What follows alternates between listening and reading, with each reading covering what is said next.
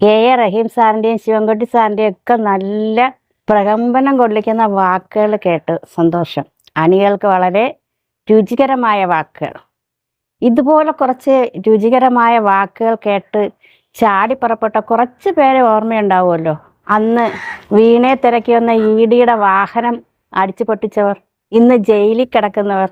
ആ വീട്ടിൽ ജയിലിൽ കിടക്കുന്ന ഒരു കുടുംബത്തിൻ്റെ കാര്യം ഞാൻ മനസ്സിലാക്കിയത്, വീടുകളിൽ അടുക്കളപ്പണി ചെയ്താണ് അവരുടെ കുടുംബം പോറ്റുന്നത്. അവരെ വീട്ടിൽ അടുക്കള പോയുന്നുണ്ടോ ഒന്ന് ചെന്ന് അന്വേഷിച്ചു നോക്കിയോ. ശിവൻകുട്ടി സാർ ആകെ ഒരു ദിവസം പോയി എന്ന് മാത്രം അറിഞ്ഞു. അവർ സ്കൂളിൽ കുട്ടികളെ ചേർക്കാൻ നേരത്ത് വളരെയധികം വിഷമിച്ചു. ഒരു വ്യക്തിയോട് അവർ വളരെ സങ്കടത്തോടെ ഈ കാര്യങ്ങൾ പറഞ്ഞു. ഇനി അവരെ തീഹാർ ജയിലിലേക്ക് കൊണ്ടുപോകുമ്പോൾ എങ്ങനെ കേസ് മുന്നോട്ട് പോകും, അവർ വിഷമിച്ചിരിക്കുകയാണ്. ഈ ആഹാരം കൊണ്ട് ആ വീട്ടിൽ വല്ലപ്പോഴും ഒക്കെ പോണേ റഹീം സാറേ.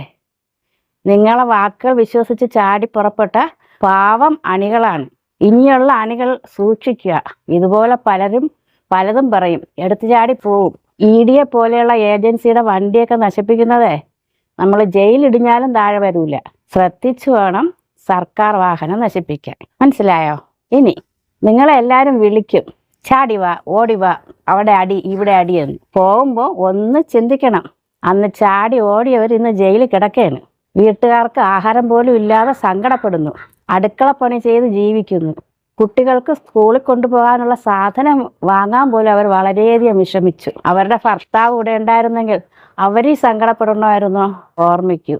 റഹീം സാർ ഇങ്ങനെയൊക്കെ പറഞ്ഞു വിടുമ്പോഴേ അവർക്ക് എന്തെങ്കിലും കുഴപ്പം പറ്റിയാ നിങ്ങളൊന്ന് അവരെ വീട്ടിൽ പോണേ, ഒരു പിടി ആഹാരം കൊണ്ടു കൊടുക്കണേ. അവർക്കൊരു പ്രശ്നവും ഇല്ല, അവർ സന്തോഷത്തോടെ വാങ്ങും. ഓർക്കുമല്ലോ